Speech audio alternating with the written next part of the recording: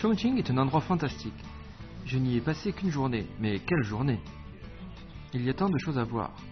Je ne parle pas seulement des sites à visiter, mais tout simplement de la vie quotidienne des gens ici, qui me paraît si originale. J'ai passé mon premier jour à Chongqing à découvrir le centre de la ville, les magasins, les marchés, le musée de Stillwell et Rongyadong.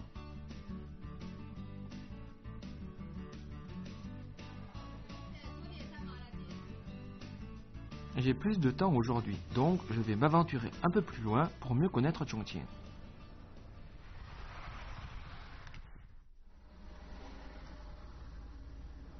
Comme beaucoup d'endroits à Chongqing, Tseutiko est perché en haut d'une colline, face à la rivière Jialing, à l'ouest de la ville.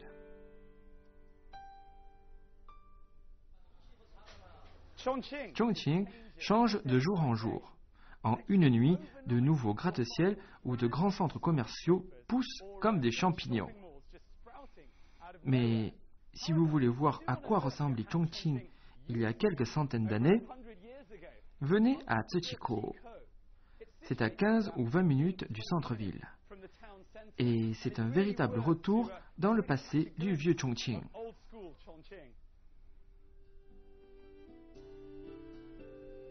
Un retour à l'époque de la dynastie Ming au XVe siècle après Jésus-Christ. C'est l'endroit idéal où vous rendre si vous voulez entrer dans des maisons de thé traditionnelles, voir la danse des dragons et des fêtes de temple. Bref, entrer dans l'ambiance du vieux Chongqing. Donc j'ai eu une petite explication sur la signification du mot Tseutiko.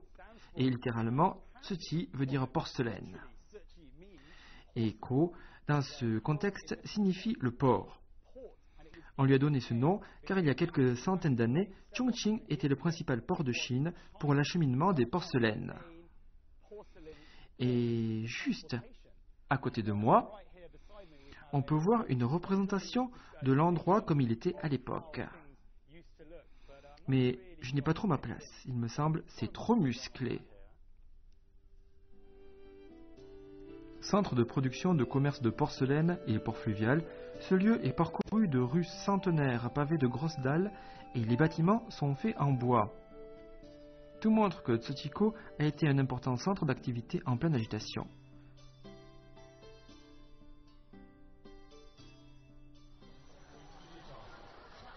C'est bien la première fois que je vous engagerai à aller chercher la foule. Je vous conseille vivement de venir ici le week-end. Les rues sont envahies de touristes et d'autochtones. Une manière de voir que finalement rien n'a changé depuis des centaines d'années. La foule était là et elle y est toujours. C'est le cœur de Chongqing, aussi appelé le petit Chongqing.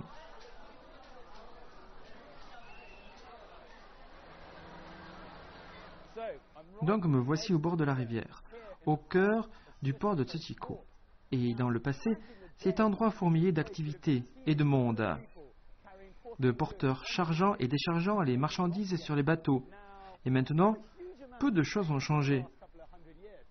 Bien sûr, il y a moins de porcelaine, mais tout le monde, je veux dire, tout est encore plein d'énergie et de vie, près des berges. Les gens viennent pour une tasse de thé, pour discuter avec des amis et profiter du week-end.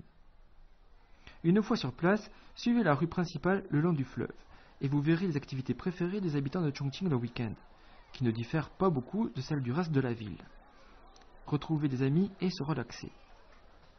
Ici, jeunes et vieux jouent aux cartes ou au mahjong, bavardent et prennent l'air. Tout le monde trouve sa petite occupation et pour nous, c'est plutôt plaisant de voir les familles passer du temps ensemble. Les grands-parents, les parents et les enfants réunis pour le week-end.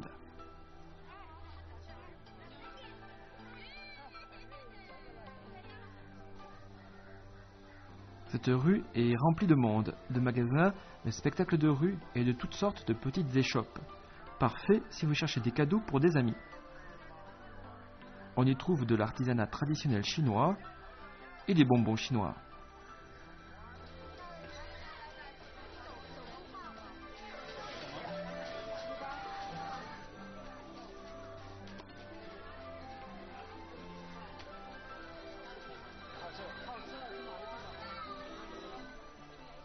Si vous aimez prendre du poids ou aller chez le dentiste, cet endroit est fait pour vous.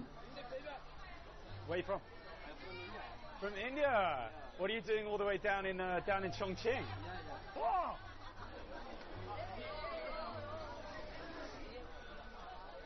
Vous n'aurez que l'embarras du choix de petites friandises et d'encas à grignoter le long de cette rue.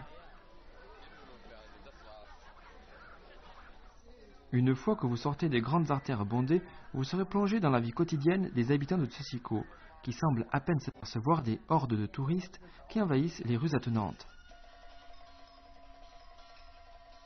Par chance, et aidés par notre guide, nous avons pu assister à un opéra du Sichuan.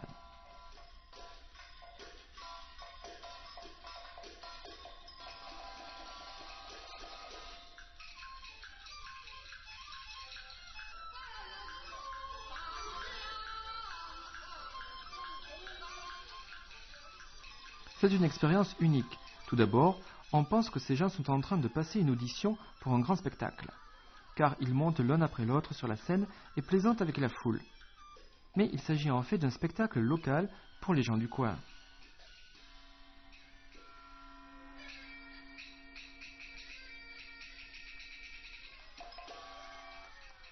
Cela vaut bien les spectacles que l'on peut voir dans les salles, et en plus, on a droit au bianlian, le numéro de changement de masque.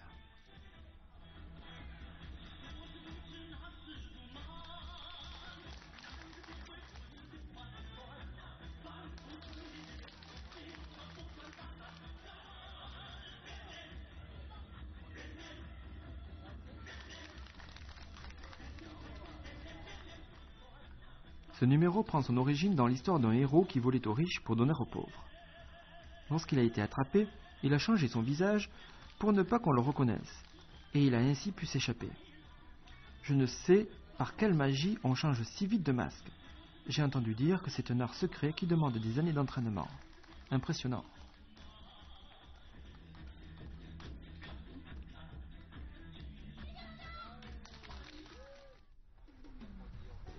Depuis Tsushiko, je me suis dirigé vers Nanbinglu, laissant derrière moi la rivière. J'ai hâte de goûter enfin à la spécialité de Chongqing, la fondue épicée. Que demander de plus?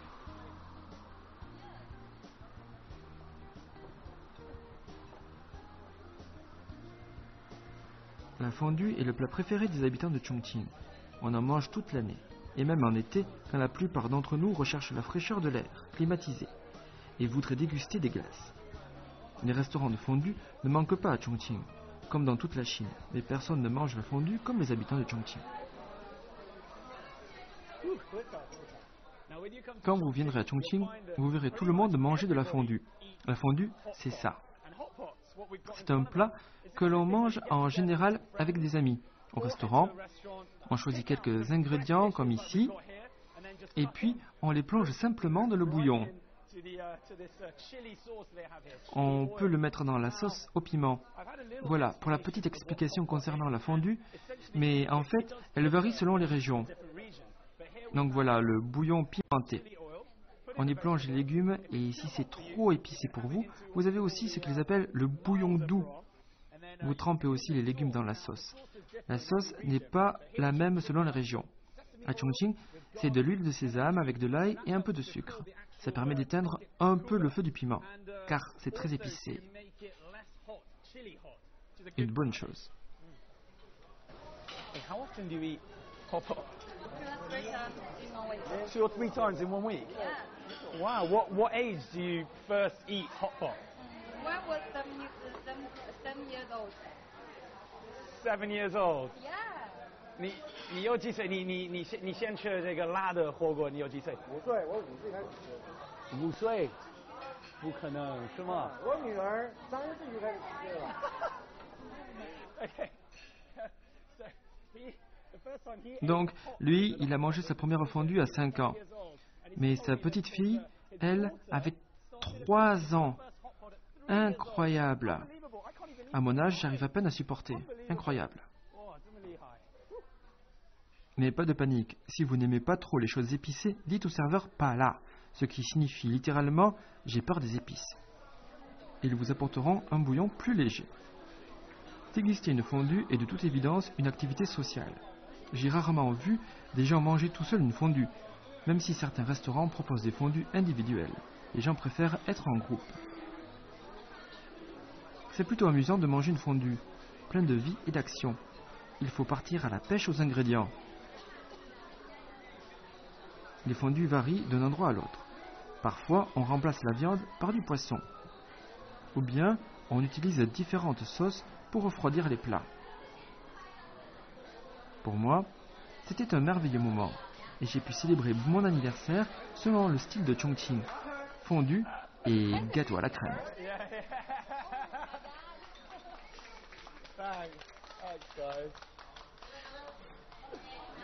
J'étais très ému par la gentillesse des gens d'ici.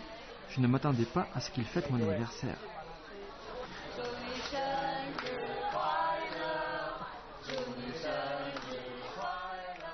J'étais un peu gêné aussi.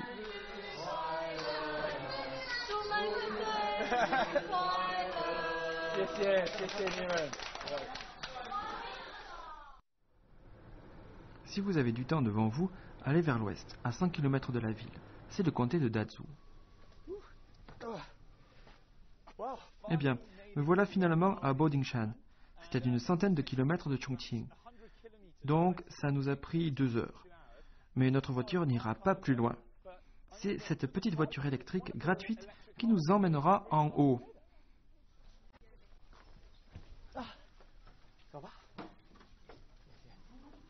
Cet endroit entouré de collines verdoyantes abrite plus de 2000 sculptures de Bouddha gravées dans la roche, dans des cavités et datant de quelques centaines d'années. Il y a des bus à partir de Chongqing toutes les demi-heures. Il faut environ 2 heures pour vous rendre aux grottes du comté de Dazhou. On est arrivé. Allons voir les sculptures. Les sculptures s'étendent sur 5 zones, mais en général, on ne visite que 2 d'entre elles, Bodingshan et Beishan.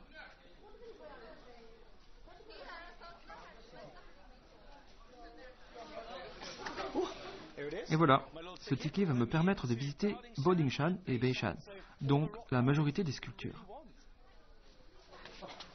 Oups, c'est pas par là.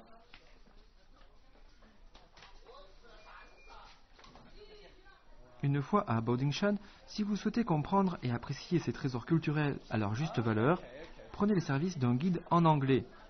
Cela vous coûtera 115 yuan et ça les vaut bien.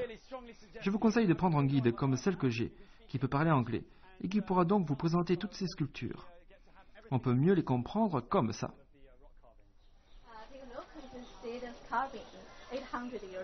800 years old. In position is number 1. The first one? Yeah, the first one. Wow. Start from him, others at the same time around here.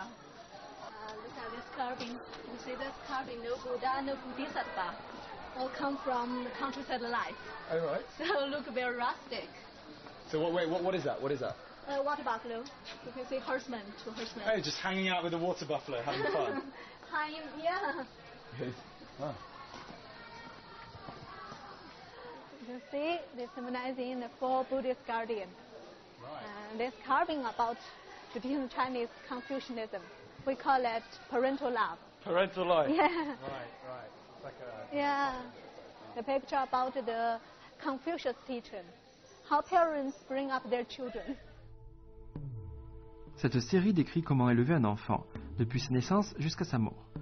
On insiste aussi sur l'importance de l'amour filial, savoir s'occuper de ses parents une fois adultes. Dazhou est empli de leçons sur la vie. La délicatesse avec laquelle ces statues ont été sculptées est phénoménale, et le nombre et la variété des statues sont impressionnants. On y trouve des héros du bouddhisme, des scènes et des personnages historiques, ainsi que la simple représentation de la vie quotidienne dans les campagnes. Bodingshan, au contraire de Beishan, que l'on verra un peu plus tard, est l'œuvre d'un seul moine, Zhao Zhefeng, qui amassait les fonds, dessinait les statues et supervisait les travaux de 1179 à 1245. Attardez-vous sur la représentation des 18 enfers. Si on ne veut pas finir comme eux, mieux vaut faire attention à sa conduite ici-bas.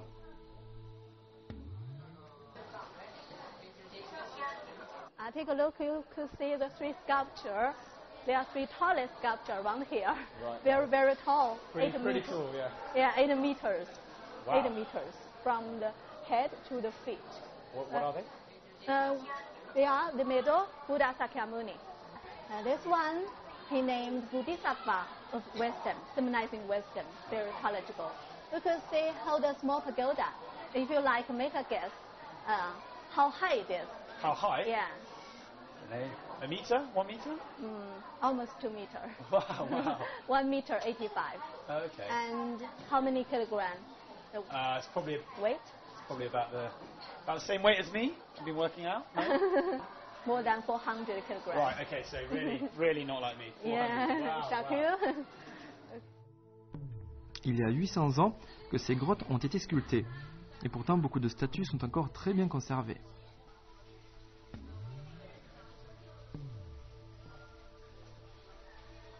Pas étonnant que des étudiants viennent ici faire le portrait de si belles créations, dans ce lieu impressionnant. En particulier le Bouddha de 31 mètres de long, 5 mètres de haut, dépeint dans son état de nirvana. Certaines statues ont les traits de leurs bienfaisants donateurs. Si j'étais doué d'un quelconque talent artistique, j'aimerais sûrement passer l'après-midi au soleil à peindre ces magnifiques statues.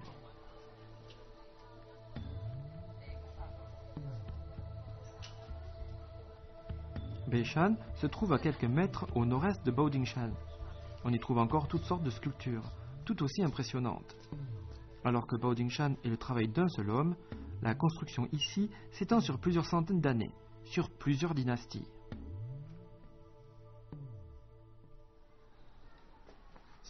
Eh bien, me voici à Beishan.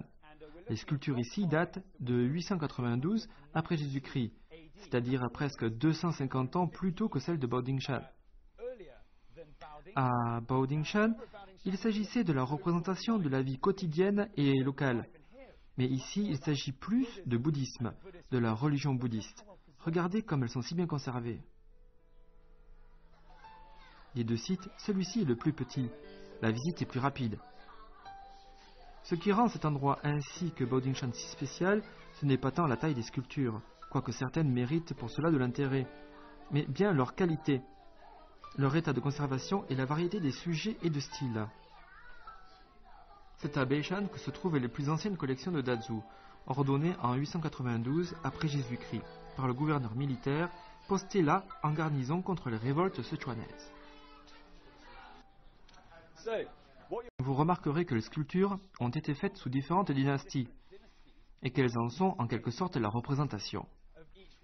Donc, par exemple, les dynasties les plus prospères et les moins sujettes à des guerres auront les sculptures les plus impressionnantes et les plus grandes, alors que les pauvres dynasties comme celle de Wudai, qui n'a duré que 13 ans, n'avaient pas vraiment d'argent à dépenser.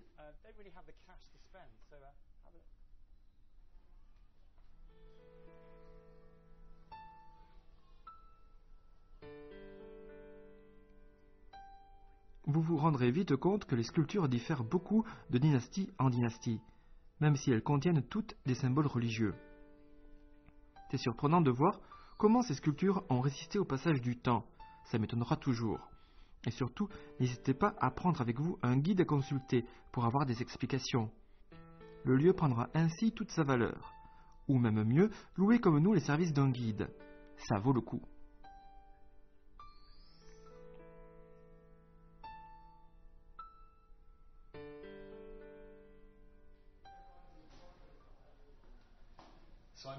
Me voilà dans l'une des plus belles grottes de Chine. Et c'est si simple, si facile de se rendre compte de la beauté et de la qualité de ces sculptures. Regardez, par exemple, cette statue de Guanyin. Elle semble me regarder avec ses yeux ouverts sur moi, et sa peau et ses traits sont si vivants. Cet endroit unique fait partie de l'héritage culturel chinois. Ça vaut le voyage à lui tout seul.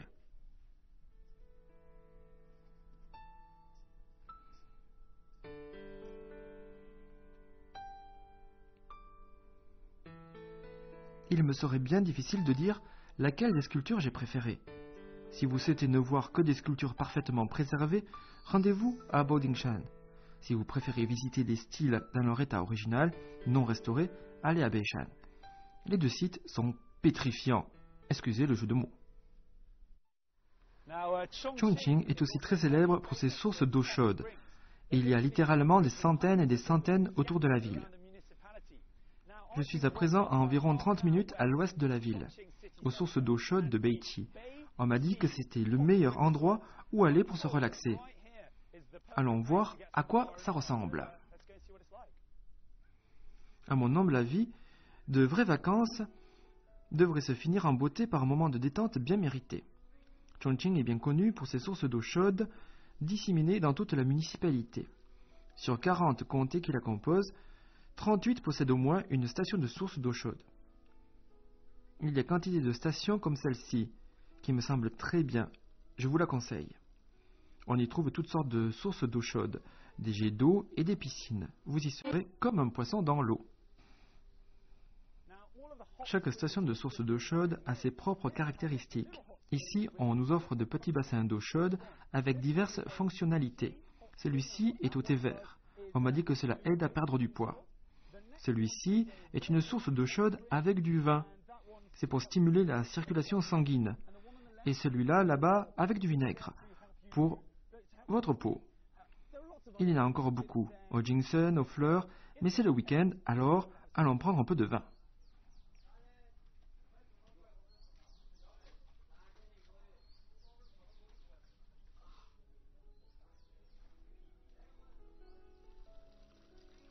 Quand on se trouve dans les terres, si loin de la mer, cette station est l'endroit rêvé pour passer des vacances comme à la plage. J'ai particulièrement apprécié le bain de poisson nettoyeur. Je n'avais jamais essayé avant. Et puis la température extérieure n'est pas bien importante puisque les sources auront bien vite fait de vous réchauffer. Un vrai moment de bonheur. Rien d'étonnant à ce que même dans la semaine, les clients sont nombreux à venir ici se relaxer et s'amuser.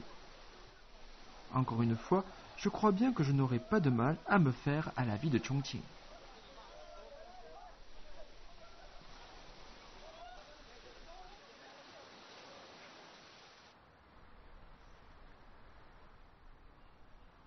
Eh bien, après cette journée ensoleillée passée à l'extérieur de la ville, il est bon de se retrouver dans le centre, où nous attend un classique de la visite de Chongqing. Nous avons vaincu l'air par le téléphérique. Allons conquérir l'eau.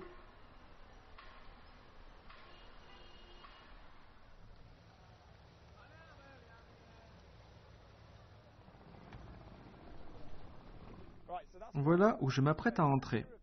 Donc, pour résumer, 2 choses à faire quand vous venez à Chongqing. 1. Goûter la superbe fondue. 2. Partir en croisière la nuit sur le fleuve. Vous aurez une vue sublime de la ville. Vous pourrez aussi y déguster des bières et manger à votre faim. Allons-y.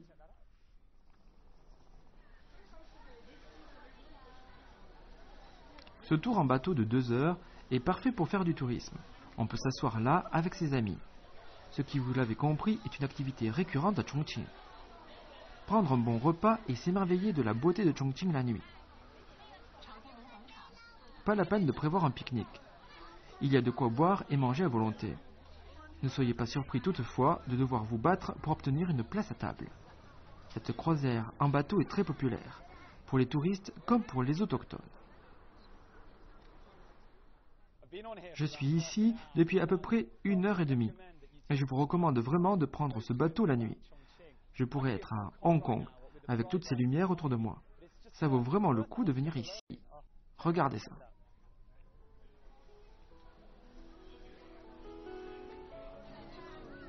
Tout le monde à bord a son appareil photo ou sa caméra.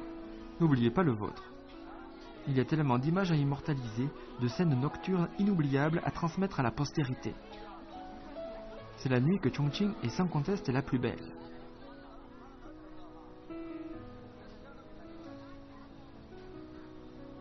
Cette croisière est la cerise sur le gâteau qui vient conclure en beauté ces 3 jours passés à Chongqing.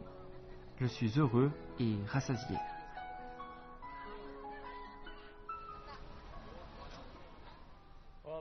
Eh bien, j'espère que la caméra saura rendre l'atmosphère du moment calme et paisible.